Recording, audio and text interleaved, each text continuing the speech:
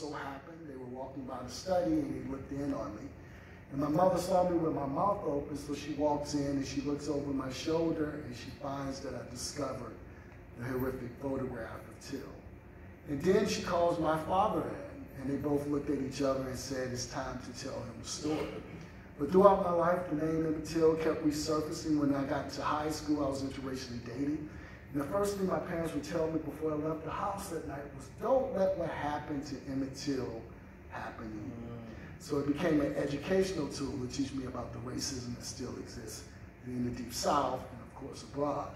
But it wasn't until I had my incident, as my bio mentioned, with I have to say, my real wake-up call with racism.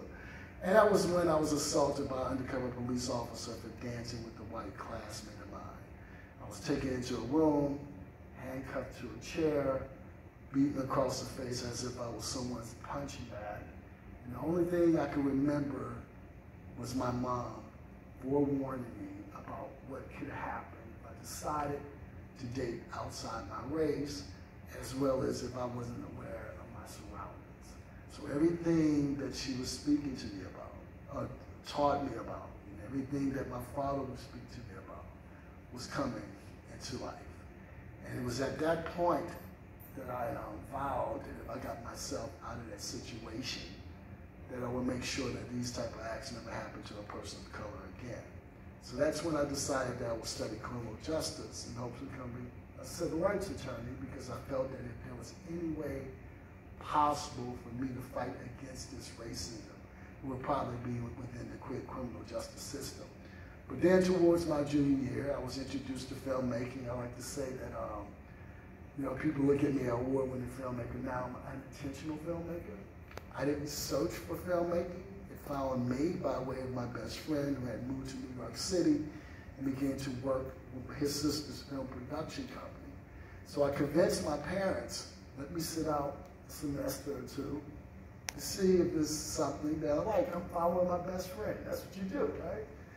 And so they allowed me to do it, and it's, thinking about it, it was difficult and convincing because my mother is a professor, former professor at Southern University of Baton Rouge.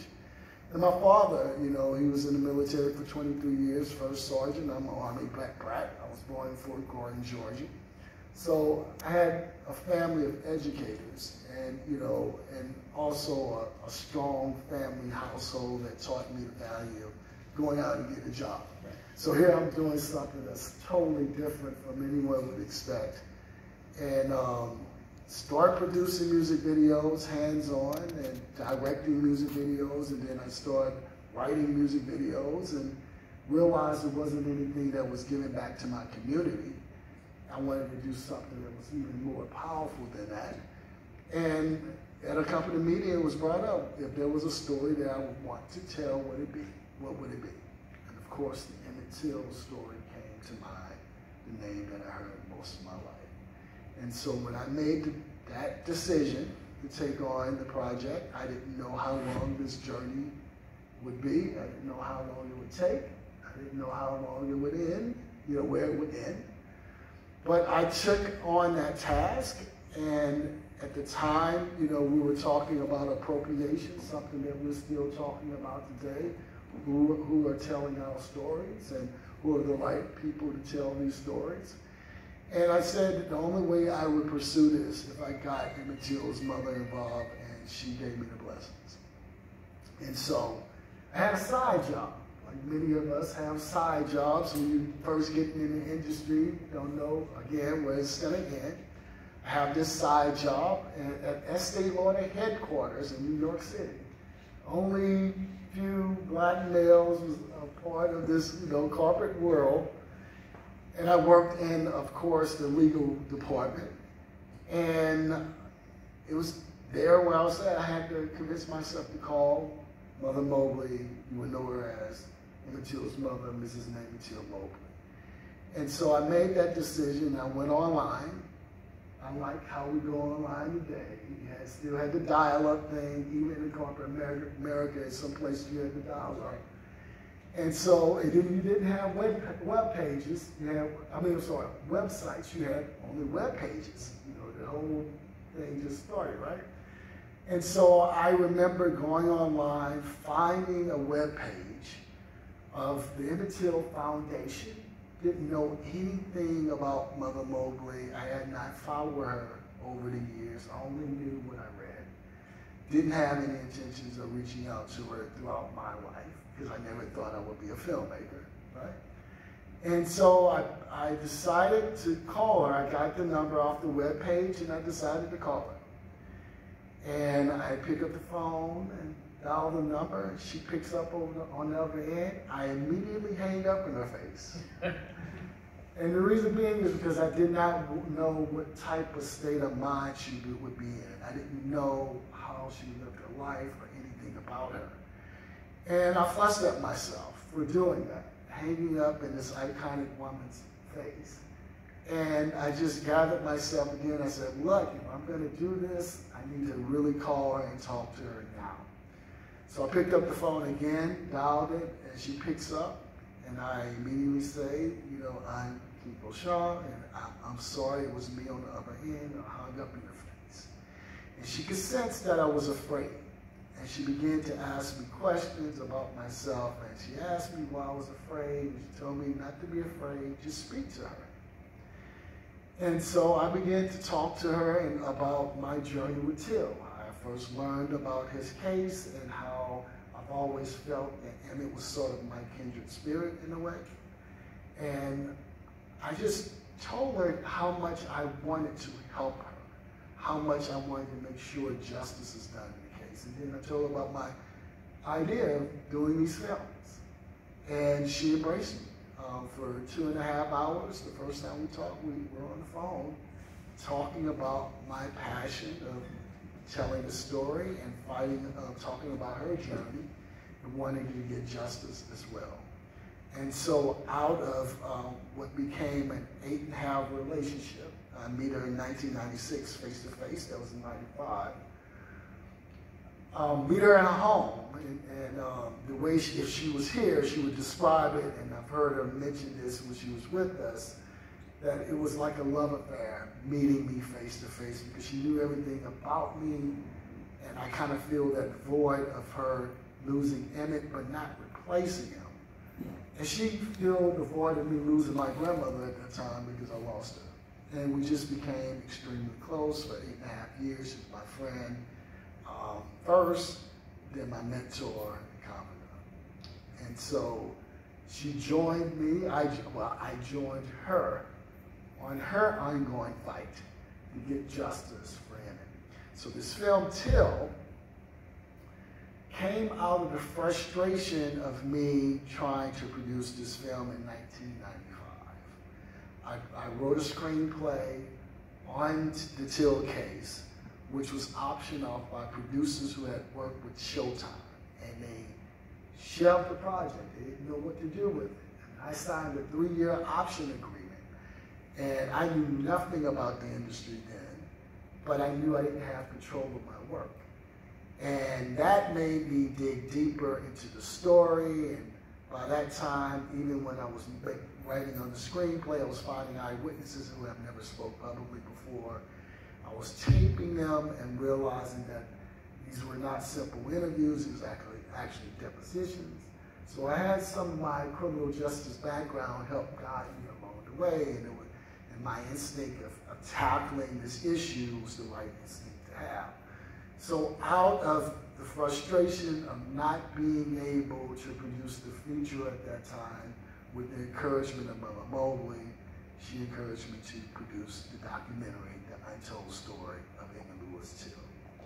That film took me 9 years to make. It took 9 years because, again, I was in the Mississippi Delta trying to get people to open up to me and tell me what they knew about the story.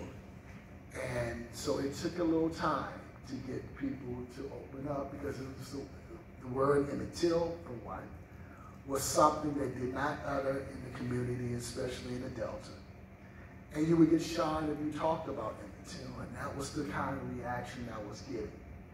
But I realized I had to gain the trust meeting people that I was coming across. And so that whole filmmaker's idea had to be thrown out of my head, and I just became friends. And eventually they trusted me enough and opened up to me to give me their stories. And it was their stories that would end up leading to the reopening of the case in 2004, unfortunately 1 year after Mother Mobley's passing. And so out of that relationship came the documentary. The documentary Untold Story, of course, reopened the case in 2004.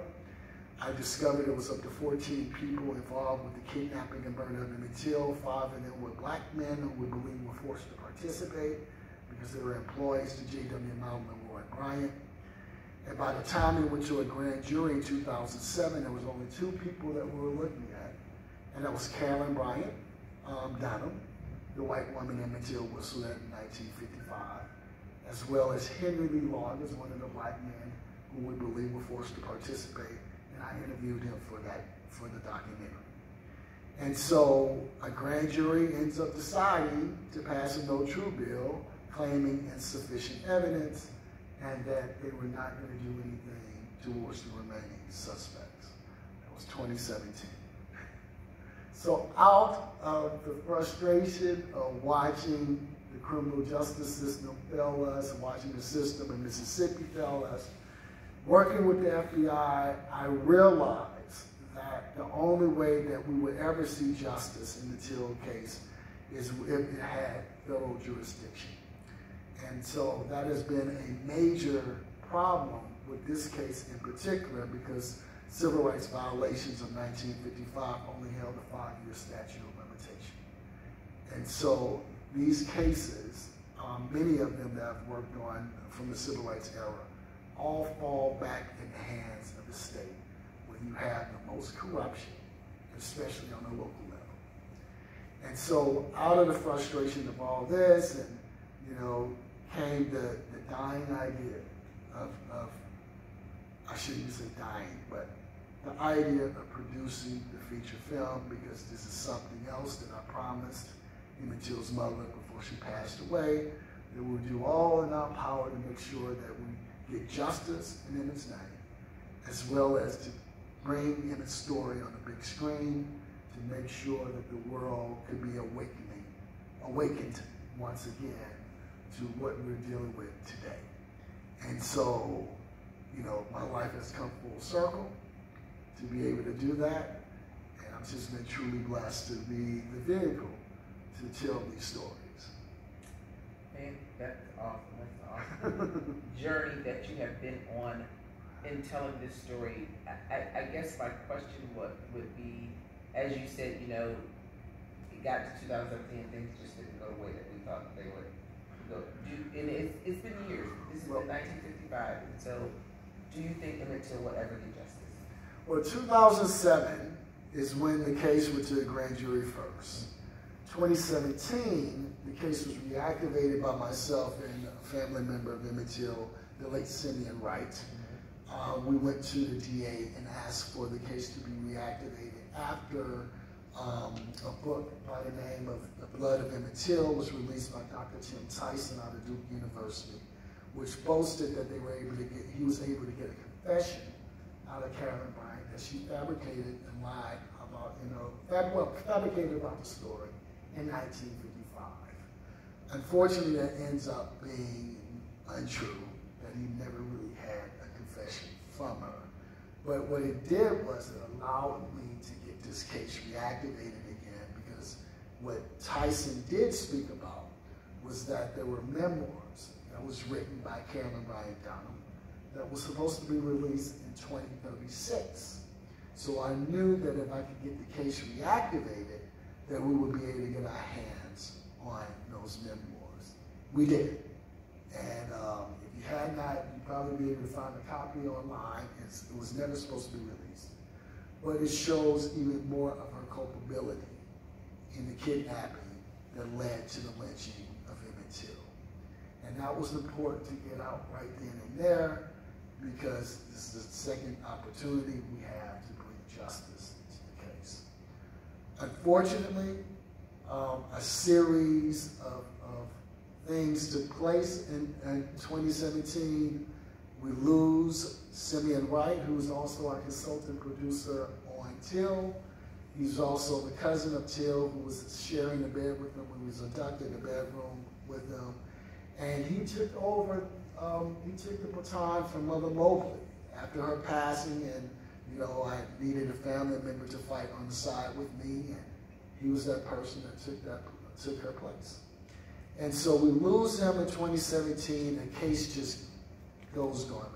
You don't hear anything. And so family members start reaching out to me, asking me, what should we do next? And I said, look, I need family members to come out to speak about this atrocity and where we're at. We need to know, get an update from the federal government because the case is still activated. And sure enough, out of the pressure from the family, we get an answer to a conclusion to the investigation, not an answer, but a conclusion. And it wasn't favorable to us. And the conclusion was that they were not going to pursue Carolyn Bryant Dunham once again, because the case was taken to a grand jury, and the grand jury was again denied, just basically made a decision not to indict Carolyn Bryant. And that only happened by the DA because of the fact that myself and family members located an outstanding 67-year-old warrant that was out for Carolyn Bryant's arrest in 1955, which she was never served. And the reason why she was never served a warrant was because the authorities at the time said that she was a young mother with children to take care of. So it was through chivalrous impulse they allowed Carolyn Bryant Dunham to continue to go free even today. And so the case is not over. There's no statute of limitations on kidnapping and murder in the state of Mississippi. And I still believe that we have enough evidence to bring her back to court once again in hopes of getting a conviction. Now you asked the question, I'm long-winded at times, so you have to stop me. You asked the question, could we ever see justice done for Emmett today? I believe so, but I don't think it would happen in the state of Mississippi. So the only way I see this happening in our favor, perhaps we could get a courageous DA. There were 2 DAs on the case before, but I don't think people really truly understand the Delta of Mississippi. If you hadn't been, it's still considered to be the cotton curtain of the country. Things are, those old, how should I say, the old white power structure of the Deep South, in particular, the Delta is very unique. It's unlike anywhere else in the South. This is where that Dixiecrat hatred comes from. This is where that planters' money comes from. When you hear people talk about planters' money, this wealth that supports people like, and I'm not trying to get into politics, but like Trump. And so these are the things that we're dealing with, and it's only if we have a chance, we have to have courageous DAs, because no matter what demographic, and people like to look at the demographic and say, oh, it's majority black, in the Delta, in these specific areas where this case is being heard, and oh yeah, black DAs. I don't mean anything, especially if they're there just to be puppets and they don't really have the power to do anything. And so that's what we're dealing with right now. And so this film was something that Mother Mobley wanted to produce for 47 years of her life. In fact, in 1956, she had 2 movie deals. And of course, the movies was foiled because of the time. She looked at the possible film as being her platform to get the truth out to the masses. And this is why she wanted the story told on the big screen. And so for 67 years, many have tried to produce this film. Everyone from the likes of William Bradford Huey, who was the reporter of 1955, who allegedly got the men to confess. Then you have, of course, people like Ron Sterling, who are Twilight Zone fans. We got Twilight Zone fans here? I'm a Twilight Zone fan. Out of the frustration of trying to produce Till for television, Ron Sterling was inspired to do, of course, the Twilight Zone. How many of us are To Kill a Mockingbird fans? We all was forced to, well, not forced, we all had the reason. I need to change the term, right? To Kill a Mockingbird, Harper Lee was inspired by the Emmett Till case. So Emmett has always been a part of America's subconsciousness. We are trying to bring it back into America's conscious. Mother Mobley, thank you, Rick. Mother Mobley will often say to me, Keith, you must continuously tell Emmett's story until man's consciousness is risen, because only then that would mean justice for Emmett Till. In my early 20s, I didn't quite understand what she was trying to tell me. And it took me years to, I've grown a lot, I've matured a lot because of the work that I do. And it took me years to understand that the words that she actually spoke was prophetic in many ways, and what she was trying to explain to me was that no matter how hard I fight, no matter how long I fight to get justice for Emmett, I may even attain courtroom justice, but it's not going to stop the other Emmett Tills of the world from happening. The George Floyds, Michael Brown, Trayvon Martins, all the ones that we're seeing today. Those are the Emmett Tills of today. And that was what she was trying to instill in me. But she also understood that she had the blueprint to man's liberation when it comes to racial progression in this country. Unfortunately, in our world, in the world that we live in, the harsh reality is that racial progression has only happened through the blood and the sweat and the death of the black body. It hasn't happened any other way. And, we call Emmett the catalyst that sparked the American Civil Rights Movement. Or many times you hear people refer to him as the sacrificial lamb of the movement. And why do we do that? Because Emmett's story was the catalyst that sparked the American Civil Rights Movement. It's because of Emmett Till's death that you heard the likes of Dr. Martin Luther King and Sister Rosa Parks. I had the pleasure of meeting Mrs. Parks. She was a good friend to Mother Mobley. She said herself to me that Emmett was foremost in her mind on that day when she made a decision not to get up from her seat on that bus in Montgomery, Alabama. Dr. King, Martin Luther King at that time, he was 26 years old.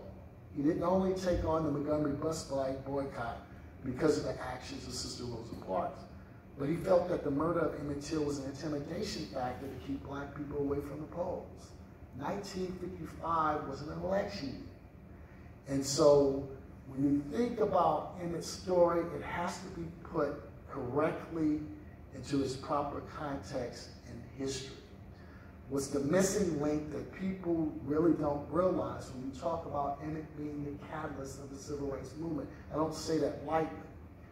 4 days before Rosa Parks makes her courageous decision not to get up from her seat on that bus in Montgomery, Alabama, she attends a Till rally at Dexter Baptist Church that's being officiated over by youth minister Martin Luther King, and the keynote speaker is Dr. T.R.M. Howard, one of our civil rights heroes of our past that you've seen in the film, one of the mentors to Medgar Evers, Ruby Hurley, Fannie Lou Hamer, Charles Evers, and others. And so she's in the congregation and she hears the story of Emmett Till and the injustice that befell him. And then she makes this courageous decision to not get up from her seat on that bus in Montgomery, Alabama. So this is the blueprint. And this is probably the reason why this story was never properly told or told on the big screen, because it would tell us how far we have come and how far we have yet to go in this country. But at the same time, it would tell us how to truly organize to spark the new movement for change. if we could arguably say that the civil rights movement was the greatest movement ever produced by citizens of this country, the most successful movement than any other movement that ever exists in the world, you must go back and look at the Emmett Till case and understand what transpired in 1955 and the courageous actions of my mentor and friend. And that's, in a nutshell, I truly believe this. And this is what she was trying to tell me. So before we view the film, how did it finally get to I know it's a long story. Yeah. I'll try to be short with this. But I'm saying, how did it finally get there? How did you get people like Whoopi Goldberg to finally join in with this project and for it to finally get onto the big screen? What was that like? Well, it's been a 29-year effort for myself personally. With my producing partners, it's been close to 20 years now. I met Whoopi, Fred, and Barbara all together. Well, Fred first. Fred Zolo, my producing partner. You probably know his name. He produced Mississippi Burning and Ghost of Mississippi. He's known for those two films, Mississippi films. And Till is his trilogy of Mississippi films.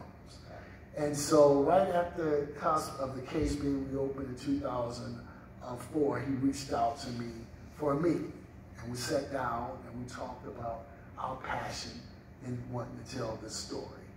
And so when I met him, I inherited Barbara Broccoli, who of course owns the James Bond franchise, and of course Whoopi Goldberg as well, who is a great friend of theirs.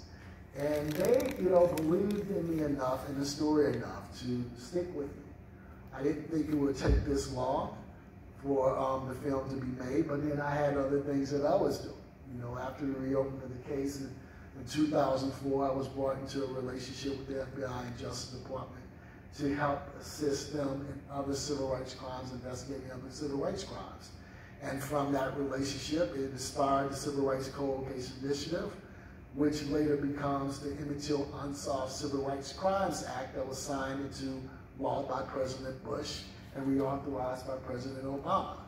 And so this law allows us to go back and revisit civil rights murders of our past to see if they warrant new investigations and possible prosecutions. So during this whole time, this window of time, that's what I've been doing, investigating other civil rights murders with the FBI, who allows me to tell these stories on the big screen. So out of that relationship came several television series that I produced on civil rights murders. The first was Murder in Black and White for TV1 Networks, which my host was Reverend Al Sharp. It was a cross between Unsolved Mysteries and America's Most Wanted. Then I had a series, Wanted Justice, at the History Channel, which I tackled the story of Johnny May Chappelle out of Jacksonville, Florida, another civil rights murder case. And then that became the blueprint for my series, The Injustice Files, which was my latest series that I went hiatus on in 2015 to rewrite the Till story to produce it. And so the relationship with myself, Whoopi, Fred, and Barbara is a close relationship. They're family to me. And they all supported me and this vision that I have.